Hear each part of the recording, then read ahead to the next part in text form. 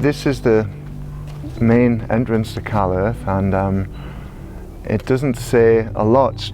When you first come in, there's trees, there's a canopy here, and then you start to scan across the horizon here and you see all of these hoops and arches. What's that? You know?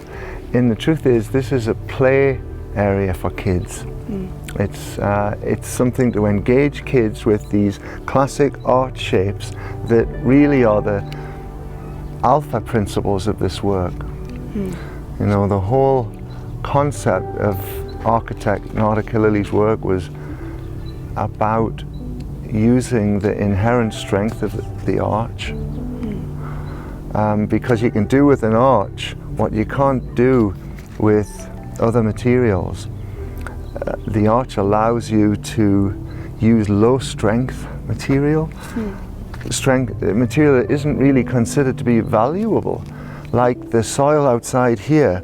This soil here, you know, you talk to an engineer about this and say, oh, this is awful, you know, it's got silt and clay and all this rubbish, it's not good soil. It's great soil. If you use that soil in tandem with the geometry that makes things stronger when gravity pulls on them rather than pulling them apart. These arches, that as soon as we walk into the school, they are intended to introduce the theme of what we're doing with buildings, and it's children's scale, you know. So the two themes really at CalEarth are arches and then earth.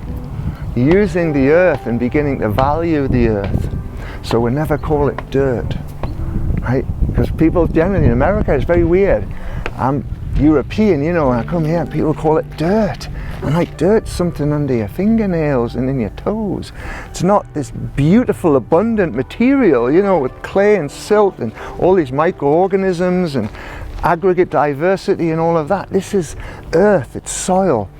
So Khalili, our architect, founding architect, he was from Iran, and in Iran there's a terrific history of using earth as a building material, and other places too, of course. It's not like it was exclusive to that, but it was a big part of the architecture of the Persian area, and he came from that, and he knew that earth was a really useful building material, and then he coupled it with arches, and if you do the arch with earth, then you can use what other types of builders and architects would say is poor material, you know, things that don't have a strong crush strength, compressive strength. If you turn that into an arch, or a multiplicity of arches, repeating the arch to create a vault, or rotating the arch to create a dome, then you get a strength not from the soil, but from the totality of the structure,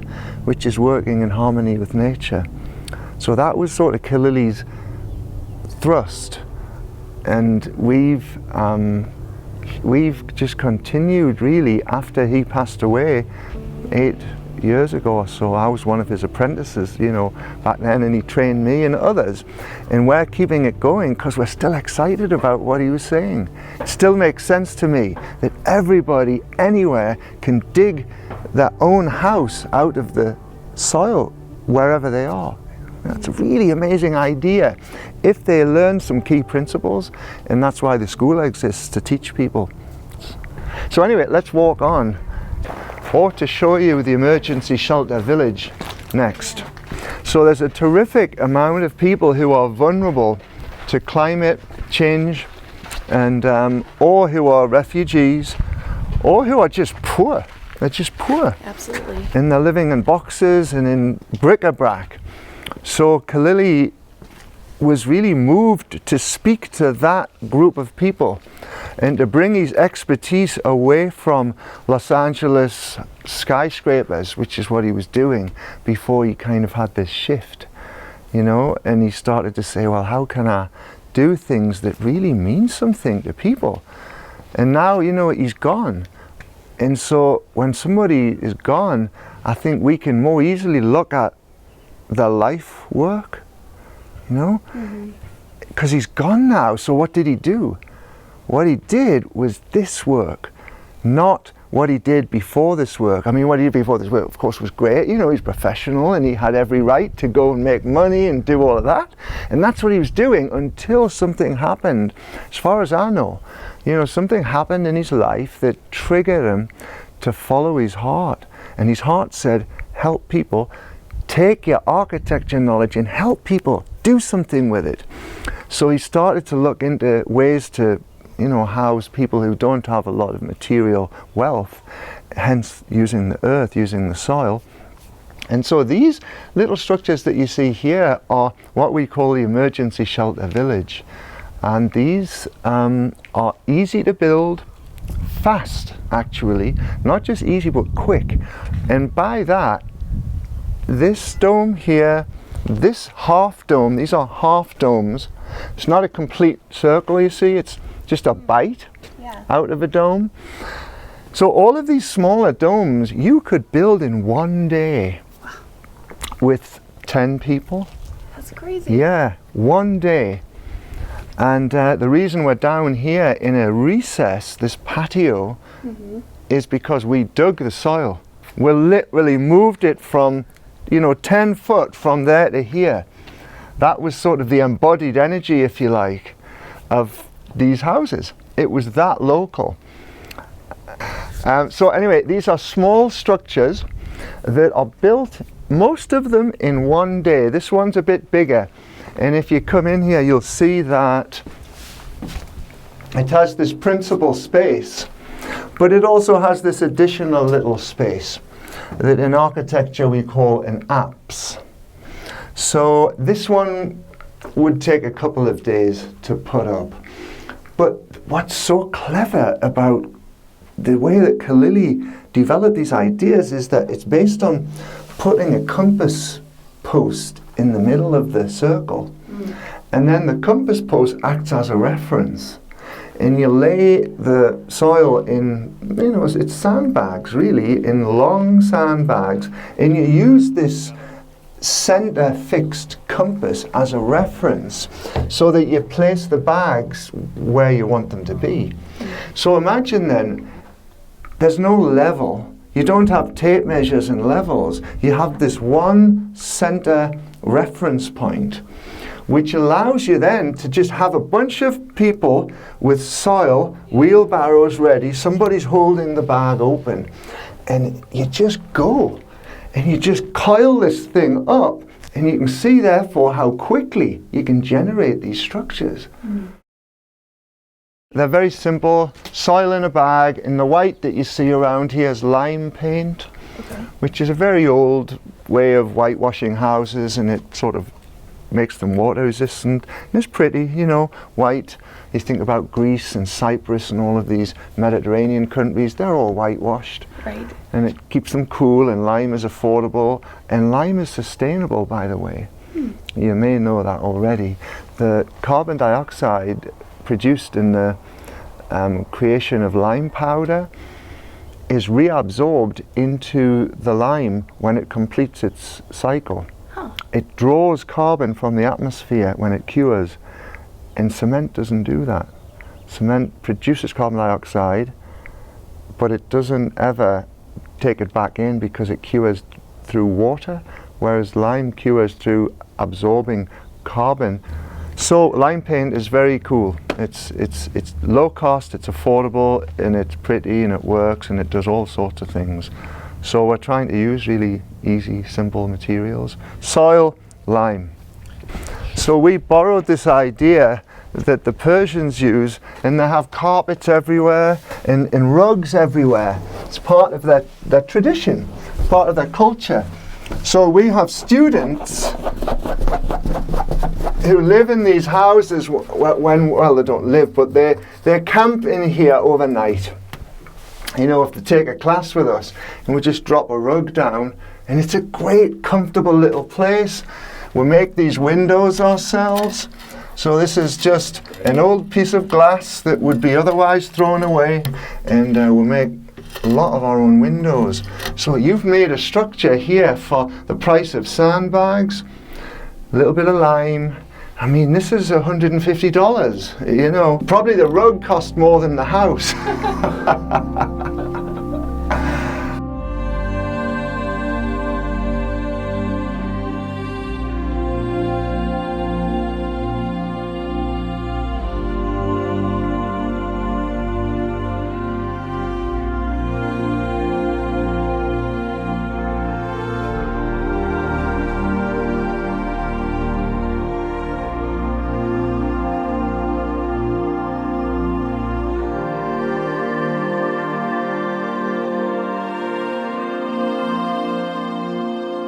This is the EcoDome, and we were just talking about small domes, but the fact is the principle is the same. This still has a center compass that generates a circle. It's just a little bigger. And so this one's scaled as a small home for a couple, but it's obviously not a 2,000 square foot house. This is 400 square feet, modest. But it has everything you need, and I'll show you what I mean.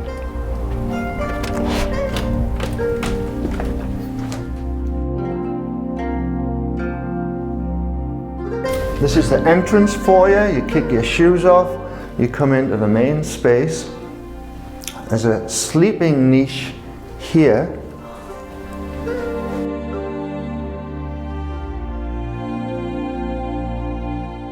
There is a kitchen here with, you know, everything that you need in a kitchen. Counter space, storage space, fridge, cooker. You know, we haven't finished the house. I mean, this is not, you know, the end point, but it sure is a nice jump. Bathroom. We haven't put the toilet in because we don't want people to make the mistake of thinking maybe it's, you know, you can use it. So we don't have the toilet in, but this is a very simple bathroom. So we've got entrance, bedroom, kitchen, bathroom. Everything Yeah, you need. really everything you need. The house is built out of soil with cement stabilized plaster on the inside and on the outside. This again is a lime based paint, and this is the lower portion is a lime and milk paint, and you may have discovered the vast possibilities with natural paints, but they're very cool. So this is a milk paint and lime paint on the inside, and then above there it's lime mixed with sand, and that's why it's a little rougher. Certainly no more than $100 we painted the whole house. These things don't have to cost a lot of money. In fact, this house itself was $9,500 for material inputs, and that includes double pane windows, and there's a lot of them, you know what I mean? So actually Khalili one day got the ledger sheet out on this house, and he realized that more than half of that, let's call it $10,000, more than half of that was windows, doors and that stuff. The actual shell of this building, $3,000–4,000, you know, right? Isn't that mad? Yes. That's really mad. You can put that on your credit card and generate your own house and feel incredibly empowered, and you know. So there's some features in the house to make it low cost, because of course a house is not just how much does it cost to buy or build, it's how much does it cost to operate. So on that basis, we have two systems here that really work well to keep the house comfortable. One of them is a passive cooling chamber called a wind scoop. And this is common in the region that our architect came from, Turkey, Persia. Those countries understood how to use natural elements to cool their buildings and to heat their buildings. So this is a cooling chamber that goes up above the top of the house and sticks up another 4 feet. So this is, the top of this chamber is at 20 feet. And in desert climates, the heat is very strong at ground level because the sun's beating down on the earth all day long. So the earth heats up and then it radiates that heat out, and you're walking along, you're sweltering hot, but there are very often breezes.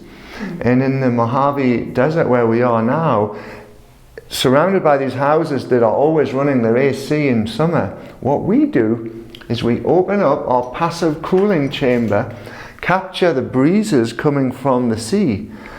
From Santa Monica, there's a breeze that comes all the way across the valley.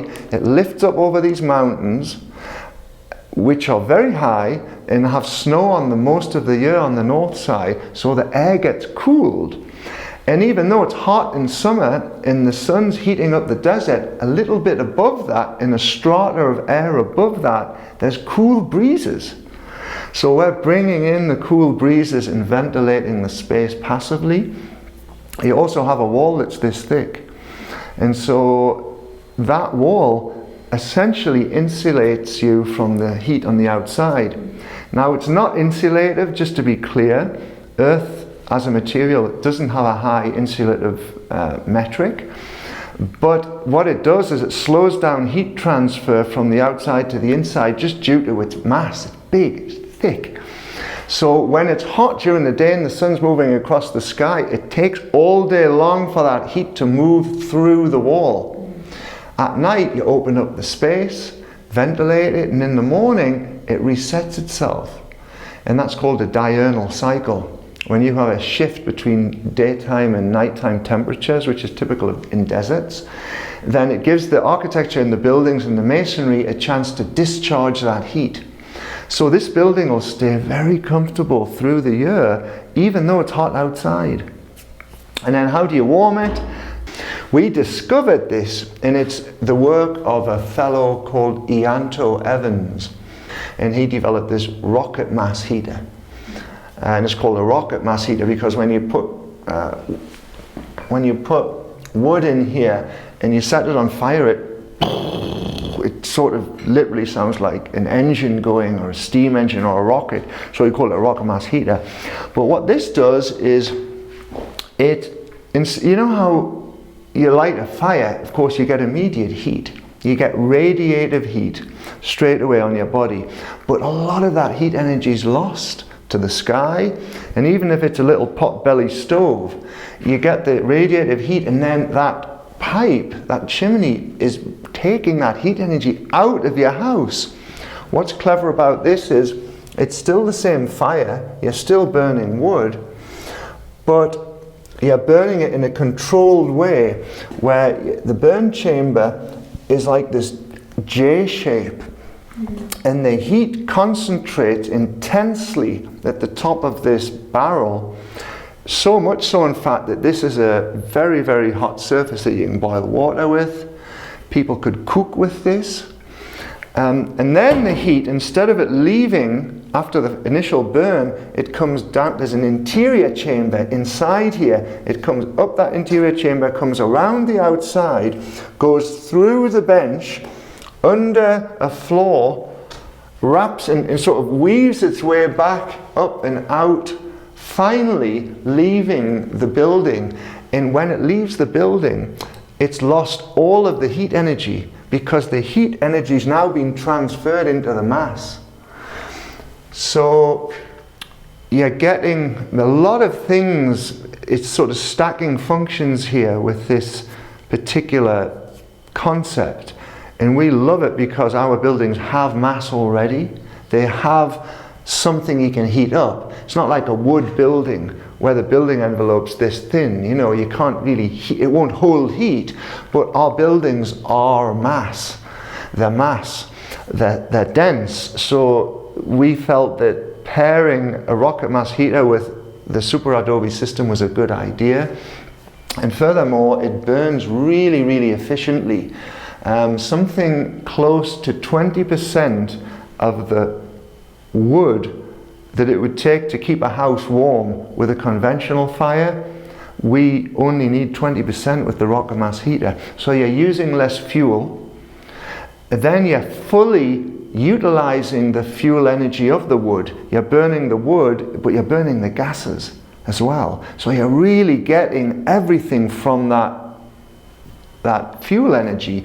And then when it finally discharges all of the heat, and then you get a little bit of vapor that comes out the top, there's almost none of the really bad gases that we don't want to put in, like the aromatic hydrocarbons. Polynuclear aromatic hydrocarbons is the long word for, bad things that happen when you burn coal or you burn wood.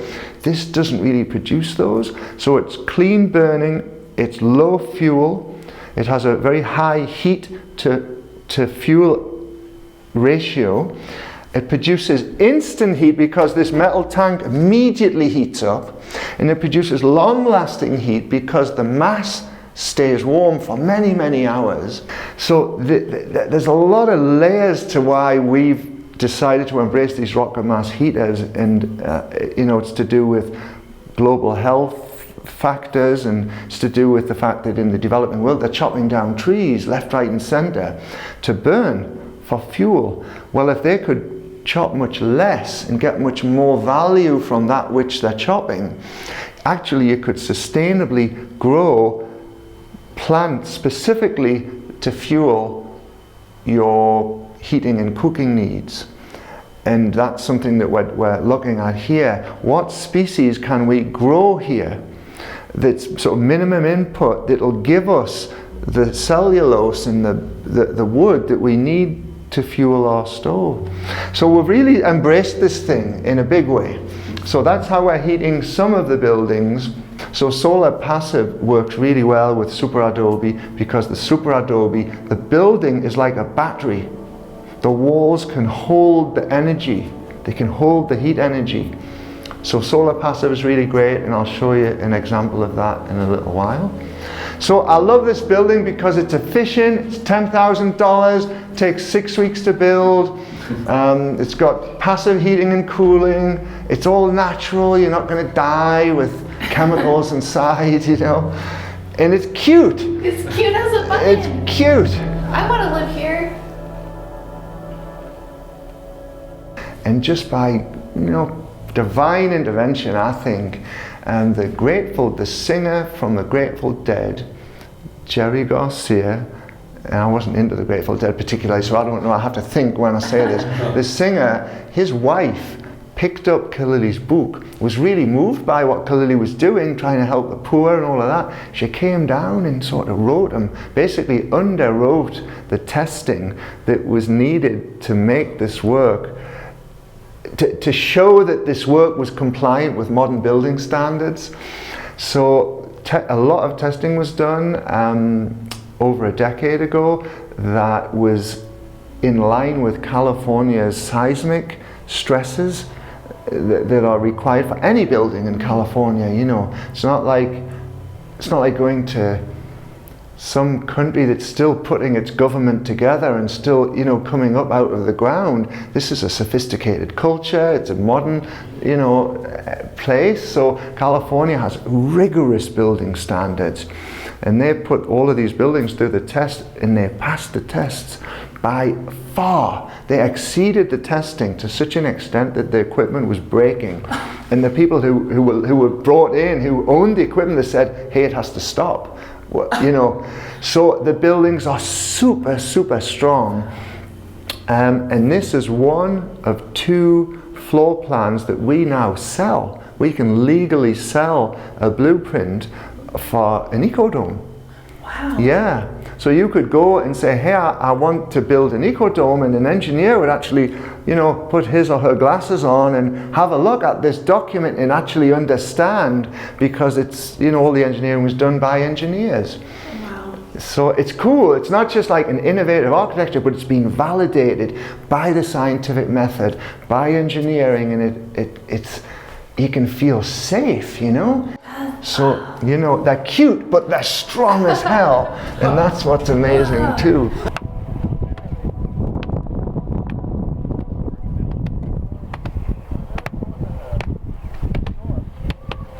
They have My name is Dave Walker. I'm one of the instructors here at CalEarth. We have a group of long-term apprentices, people that have a desire to take and learn building with Adobe, SuperAdobe here. These structures, geometry is a key factor. It is not like a regular post and beam construction. You can take a teacup, turn it upside down, and it's strong in and of itself. It doesn't need no help. It doesn't need no anything. It doesn't need no post or beams or lentils or whatever you wish to call it. And it's a unique construction because it has the angle of repose, which is the earth. All the mountains all have a type of a roundness to them, a curvilinear type thing. You can take a bucket and turn it upside down and it'll be a rounded top and it'll come down to the bottom. And that's what these domes and structures are built from, and take that facet from. The curvature of these domes and these structures are part of their strength. We have these young people, old people, all people comes here and they want to know, how do you put a window in? How do you put a door?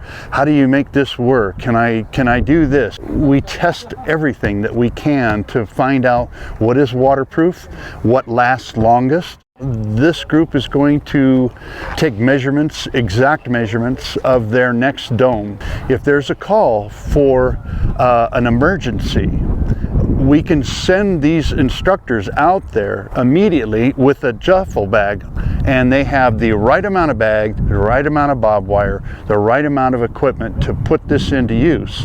So what we would do is the instructor would say, take a bunch of sandbags and fill them half full. There's thousands of them. And then you have an instructor take 30 to 40 people when they get there, and 30 to 40 people, they teach them how to build an emergency shelter.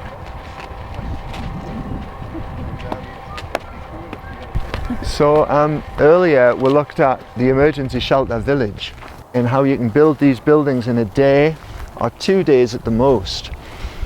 Another concept we're exploring, in fact this year we're putting a team together and we're looking for grants and funding for this. You know how it's like every month you turn on the news and somewhere people are losing their homes, and it's real, you know.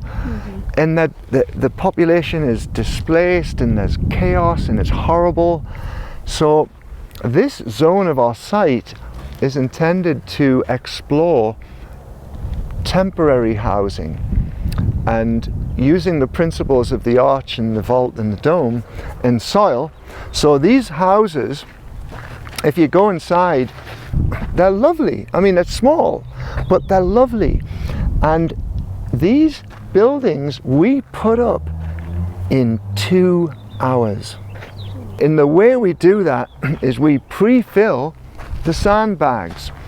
So as you see, this is just a series of small bags, because we do it with long bags and we do it with short bags. And these, the concept with emergency housing provision or temporary housing provision is to use pre-filled small bags. So let's say a disaster happens in some part of the world. We call ahead, find out who's in charge, talk to the mayor or the chief of police or the political operatives on the field, and we say, look, we're going to come in and help you to do a rebuild job. Or you coordinate with the UN or the Red Cross or whoever it is, you know. You get in there and you say to the local people on the ground, we're sending you 500,000 sandbags. Just half fill them. Well, but what do we do? Just half fill them with the soil, so that then we send somebody who's trained.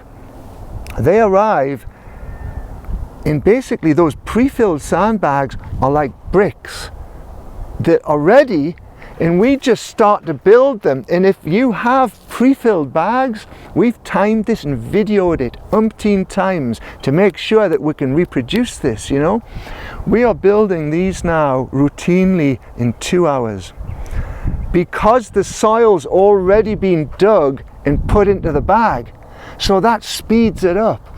So we could therefore go to a place, set up a training area, and be empowering the people who've lost everything to rebuild themselves out of on-site material at low cost. And then we've gone as far as to let them break down. We've said, well, what happens if the government or those in charge don't want all these people living here for a long time? They want it to feel temporary. So we said, let's not stucco them. Let's not finish them. Let's just leave them in the bags, let the bags break down. The bags literally break down to their component elements. The UV breaks down these polypropylene bags and they literally disintegrate. Will the house stand up? How long will it stand up? So some of these older ones, this is one of them, has been here for 8 years now. So if you're in the business of trying to help people after a disaster, and you can build a house that's going to last for a few years out of on-site material in 2 hours and empower people. So at a glance, you know, visitors come to our site and they see these scrappy little buildings and say, well, whatever, you know, what's that? The truth is, it's just the heart of what we're doing. This is this is our leverage point here. To go somewhere and not have to take anything except the bags, and you have them pre-sent and then show up and generate. We could be producing 500,000 houses so fast by using these simple principles. So that's what, if your camera pans and you see all of this messy looking stuff, that's what this is. So this is very much a school. It's still involved in the R&D, the research side of it, and really we're most interested in helping those with the least, people with the least. But I think I sense what you're saying though about to each their own. That is important, and I don't any longer. When I first came here, I was like full of bravado, you know. I thought, oh yeah, everything's got to be natural, and I was vegan, you know, at the time, and I was just like, yeah, everything's natural, everybody else has got it wrong. And you know, you calm down when you get a bit older, and you start to just accept people and in the system. Even you accept in a peaceful way, you change what you can and you accept, you know. So these people in normal houses, they are real people living real lives, and they get sold this notion that you buy, you know, you get a mortgage, you buy a house. And I feel deeply, you know, compassionate for someone who gets into a 30-year mortgage and who doesn't realize that their bills are going to be a fortune too, because the building envelope's this thin and they're trying to keep it cool in a desert, and they're just running the AC all summer. And I feel for them, you know, and yet I don't want to shove this down their throat. They don't understand what we're doing here. They're busy, they're working, you know, they're just trying to make a living and feed their kids. So I don't feel anymore that this work even is for everyone. It's available for those who might find their way to it. People who just discover, you know, they just want to eat a natural food. They don't want chemicals in the dinner. That's the type of person that probably doesn't want chemicals in the house. So we're saying, look, yeah, you can do it. But we're not saying they have to be weird, arty, you know. So I'm going to show you this house here. That house is meant to be a kind of analogous to those houses behind it, and it is. You know, those houses are 2,200 square feet, I think, 24, some of them a little bigger, but largely they're about 2,000 square foot. That house is a 2,000 square foot house. That house has air conditioning, heating, 2-car garage with remote garage door openers, master bedroom with a ensuite bathroom, kitchen, dining room, you know, double pane windows. Everything that those houses offer can be gotten from an earth structure. Khalili, the architect, went out of his way to build that house to be inclusive, so that he wasn't saying, well, hey, well, this is just, you know, strange domes and you've got to be an artist and you've got to be a vegan. And no, he was saying you can be completely normal, just want a normal house with an air conditioner and a heater and a kitchen and all of that, and you can build it out of the earth, be much less resource intensive. The house will last forever. You know, it's low maintenance, it's low energy, it never heats up. That house is, I've never seen it above 80 degrees, and it's 100 for 4 months here. And that house is never over 80 degrees, so we put the AC in to show that you can have it, but we never need it. You know? So I guess since I've talked it up, I'll show you this house. We deliberately, again, we'll put in the sofas, we'll put in very, you know, standard, these are from Home Depot or Lowe's, deliberately, because we wanted a contractor to be able to walk in here and say, okay, I can do this, I could reproduce this, or an investor, a developer investor to be able to say, maybe we could do 100 houses using this, rather than cutting all of that timber down and using formaldehyde in the plywood and all of the issues associated with some of the building materials that conventional houses use. What if you just dug the soil? They have the resources to do that. They've got the graders. They could mass up piles of soil quickly. They could mechanize it and be cranking out these houses that stay cool, that are beautiful, that are functional, that use materials that the contractor can go and purchase, so that there'll still be an economy associated with this work. Do you know what I mean? Absolutely. There's still an economy. People can make money. I don't want to put anybody out of a job. I don't want some guy whose family, you know, have grown up in a nice standard of living, who are involved in the milling and lumber industry in the Pacific Northwest. I don't wish them any harm at all. But it's reasonable for us to say, hey, look, if we're building millions of houses using that system, it's not sustainable. It's not, if we like it or if we don't, it's not viable. We cannot do it. And what we're saying is, some of the housing at least could be done with earth, you know, with keeping the impact low. And you don't have to give up, and that's what this house is about, you don't have to give up modern living and luxury, you know, hot shower, these things we've come to enjoy. We're not advocating living in mud with loincloths. We're saying enjoy modern life, IT, technology, or iPhones, you know, but let's live within the means of the planet. Absolutely. And so that's sort of what Khalili was talking about, and that's what we now carry that torch. So this is a kitchen.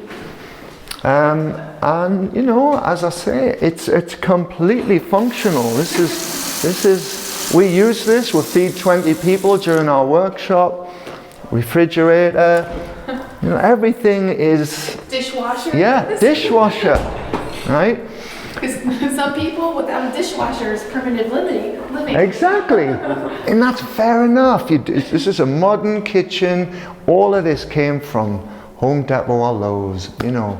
I'd prefer to say 130,000 material cost, and then it was built by students, so there was no labor. It's fair enough. This is a modern kitchen. All of this came from Home Depot or Lowe's, you know. If someone wanted to build this house, I think the budget would need to be 250,000, and as you see, much of that is labor. 1,600 is living space, and there's two 200 square foot garages. So the total is 2,000. If 10% of houses were built with sustainable materials, that might bring us away from the brink of choking on carbon that we're, you know, right? Absolutely. You just pull back from it a little bit. And the great thing about the 10% number is, you know, like in the United States of America, you could find 10% of this of our general population that would want to live this way. I agree. Those are the people who shop at Whole Foods. It's doable. We would have a dining room here and all the bells and whistles, probably some pottery barn, you know, furniture and whatever people do. Yeah, whatever people do. It's a giant closet. I mean, Yeah, and you very know well what? thought To really put the cherry on the top here, I'll explain it. This is drywall. out. Oh, So the shell, the walls and the roof is earth architecture, and then this is framed out, and drywall was put and taped and painted and everything that you do with normal. Because again, we wanted to say, hey, you can build closets, you can customize this. It doesn't. You can hybridize it, you know. And you can tell that we're a non-profit because, like, that's our bed, you know, right? We're beds are just expensive. exactly. Beds are expensive. We're just showing your bed would be there, you know, and you'd buy a beautiful middle-class bed. You know how I said there were 2 floor plans that you can purchase? You can yes. purchase the blueprint for. So this is a legally sort of sanctioned house with all the engineering, and you could go and build this. Excellent. Yeah, and someone did a couple of years ago in Claremont in LA. Oh, wow. Yeah, they basically reproduced this, and it was a big deal because it was in LA. If you use a dome, you get the most space for the least material. And think about straw bale houses, they always have big roofs on them and big foundations, and they're not cheap. So instead of the house coming up like that, like the walls of a normal house, they come up like that. Imagine if those walls slowly get narrower. You're saving space. Your footprint's the same, Right. but the volume that you have to heat and cool is less. Brilliant. So that's what happens when you turn parallel walls into an arch. It's not just structurally useful, it's functional. Same amount of building material, you get 1/3 more space with a circle. It's fascinating. That's crazy. If you know, if there's somebody inclined with mathematics and you know about pi and you know how to use formula to figure that out, take that 10 by 10 by 10 by 10, that gives you 100 square feet, turn it into a circle, turn the same 40 into a circle, and you'll get something like 128 square feet. That's almost 1/3 more. Wow. So it's not just, you know, it's not just random. The circle, and by extension the sphere or the bubble, the soap bubble, that's nature's design. Nature's design. Khalili didn't come up with that. He said, hey, there's something there. Circles are powerful. They have an energy that you were mentioning earlier, that makes you feel a certain way, but they're functionally efficient. They're super efficient. You blow the soap bubble out of a, you know, like the kids do, the blower.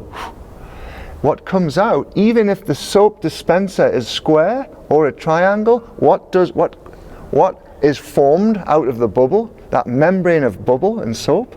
It's a sphere.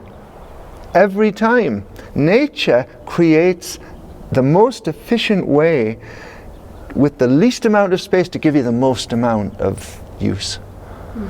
So the circle and the sphere, they're very kind of profound. They're archetypal. So this is a straw bale dome that's quite large, as you see. And, you know, if this was a conventional straw bale house, as I was trying to explain, really, that's why I went off the deep end there. You know, if we were building a straw bale house, it would typically have straight walls, this big roof, and big foundations. With the dome, there's no concentrated load. So you don't need a foundation because the load's coming down evenly and longitudinally across the entire skin and surface area of the building. So there's no foundation in this. And there's no roof. And the walls just slowly narrowed so that you're not heating space, there's no waste of space, but yet you've got a massive usable space. So we're back to this notion of the circle. I mean, my God, I'm just really an ambassador now.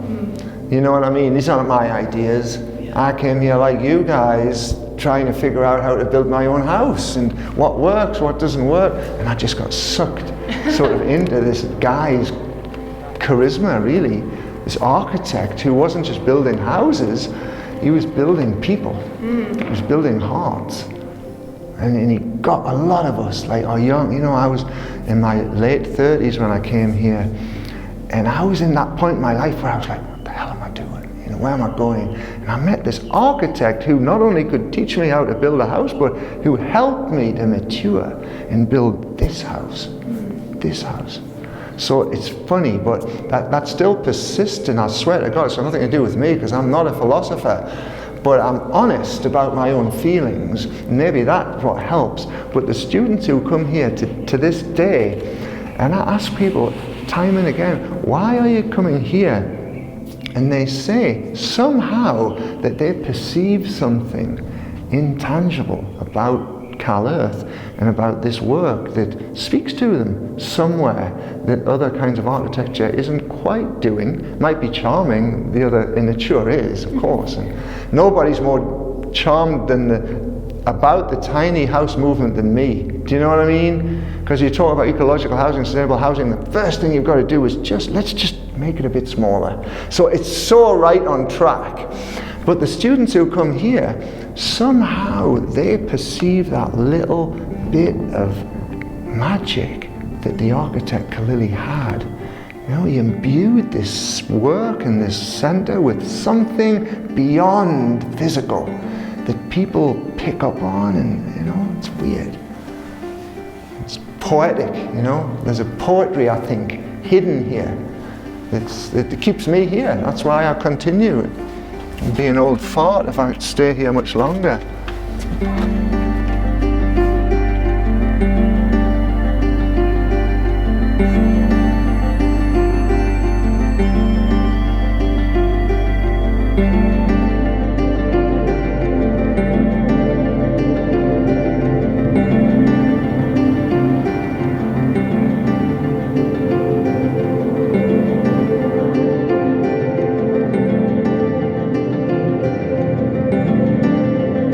Hey guys, it's Alexis. And Christian.